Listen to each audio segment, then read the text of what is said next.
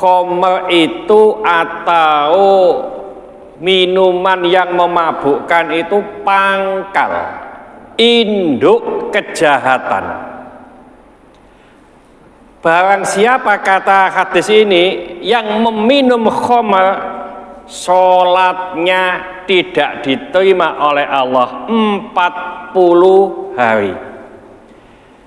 Pas dia meninggal masih ada khamr, matinya mati jahiliyah. Ngapunten, jahiliyah kan gak Islam, Pak. Artinya mati kafir. Loh, kenapa sih orang yang minum khamr, tidak hanya khamr, Pak, makanan, minuman yang haram itu doanya, ibadahnya, kalau hadis ini sholatnya tidak diterima 40 hari. Ternyata setelah diselidiki, Pak, oleh ahli kesehatan, apa yang kita makan itu masih di perut kita, itu masih mengendap selama 40 hari.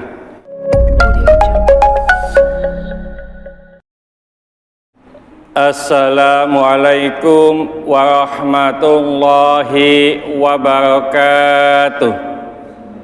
Bismillahirrahmanirrahim. Wa qala alaihi salam, dan Nabi sallallahu alaihi wasallam bersabda, al khamru ummul khabaithi. Khamr itu pangkal, induknya kejahatan. Faman syaribaha, maka barang siapa yang meminumnya, lam tuqbal sholatuhu arba'ina yauman. Ya. Nah, tidak diterima sholatnya 40 hari. Fa imata wa ya fi batnihi, dan jika ia mati lalu di perutnya itu masih tersimpan apa, khamr, mata maitatan jahiliyatan, maka matinya seperti mati jahiliyah. Naudzubillah. Ngapunten, khamr itu atau minuman yang memabukkan itu pangkal, induk kejahatan. Barang siapa, kata hadis ini, yang meminum khamr, sholatnya tidak diterima oleh Allah 40 hari. Pas dia meninggal masih ada khamr, matinya mati jahiliyah. Ngapunten, jahiliyah kan gak Islam, Pak. Artinya mati kafir. Loh, kenapa sih orang yang minum khamr, tidak hanya khamr, Pak, makanan, minuman yang haram itu doanya, ibadahnya, kalau hadis ini sholatnya tidak diterima 40 hari. Ternyata setelah diselidiki, Pak, oleh ahli kesehatan, apa yang kita makan itu masih di perut kita, itu masih mengendap selama 40 hari. Jadi belum bisa hilang, masih ada zat-zatnya yang tertinggal di situ. Jenengan makan hari ini atau minum hari ini makanan minuman haram, itu selama 40 hari sholat tidak diterima, doa tidak diterima, ibadah tidak diterima. Lho ngono 30 dino setelah ini mangan ngono maneh, tambah maneh, Pak. Ya, oleh karena itu jangan sampai begitu. Nah, sesuai dengan hadis ini, al khamru umul khaba'ith. Khamr itu pangkalnya kejahatan. Coba kalau kita lihat di Al-Qur'an itu, Pak, ya.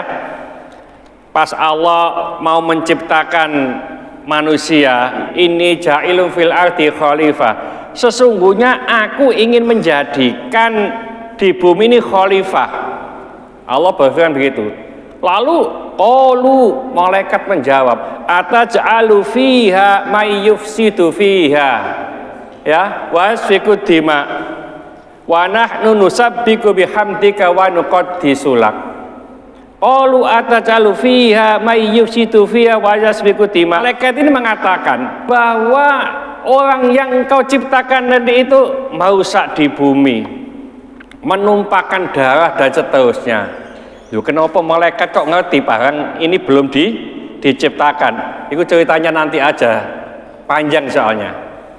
Lalu malaikat menyodorkan diri, kami ini adalah hambamu yang mensucikanmu, tasbih kepadamu dengan memujimu. Qala inni a'lamu ma la ta'lamun. Allah maha tahu, kamu gak ngerti. Akhirnya Allah begini, Pak. Wis muktamarah, pilihin 2 malaikat sing paling apik. Nah, nanti itu bisa dilihat di Al-Baqarah 102 nanti. Maka dipilih malaikat namanya Harut dan Marut. Ini pilihan para malaikat setelah muktamar. Akhirnya Harut dan Marut ini diturunkan ke dunia. Nah, di sana bagus, Pak. Sopo masjid, ya, jauh ini malaikat. Ya Allah, lihat teman kami Harut dan Marut, orang yang terbaik, malaikat terbaik, tidak pernah maksiat kepadamu. Apa kata Allah? Iya, jenenge malaikat. Malaikat itu kan hanya saya kasih apa? Akal, tidak saya kasih nafsu. Kalau manusia saya kasih akal dan nafsu. Coba Harut dan Marut saya kasih nafsu, dikasih nafsu, Pak, kayak manusia. Nah, Allah mengirim cewek wayu, Pak, namanya Zahra. Ayu ini kayak wong Jakarta kan, Pak, sopo? Desi Ratnasari. Tapi saya tua lagi ya. Nah, wayu namanya Zahra ini. Nah, Zahra lewat di depan Harut dan Marut ini, semenjak namanya Harut dan Marut karena ada apa nafsunya? Ngapunten. Yo gak kiai tok, wong ki malaikat yo nemen ya, Pak, arepe diperkosa, Pak.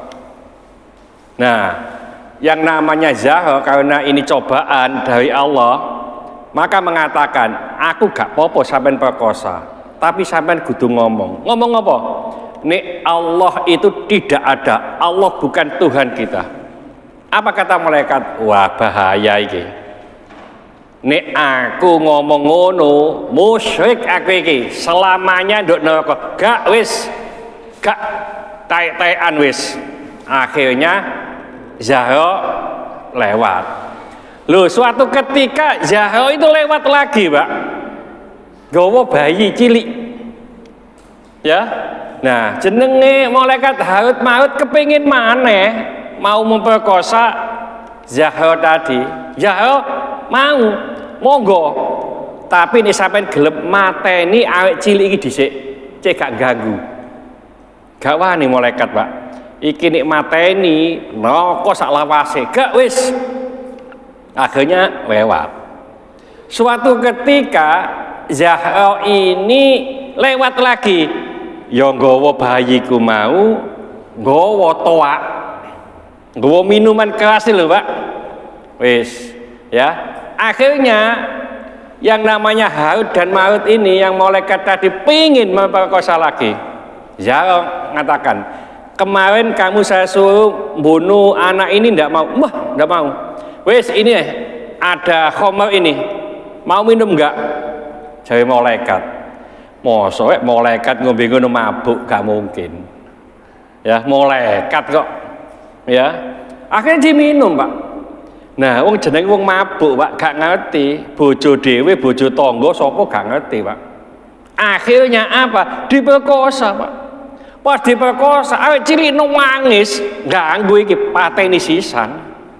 Nah, jadi yo ngombe, yo mateni, yo memperkosa. Makanya ngapunten, ya. Ini sampai dia di kitab tafsir lah, bisa di kitab tafsir Ibnu Katsir dan seterusnya. Ya, 102 kalau nggak salah itu ya. Jadi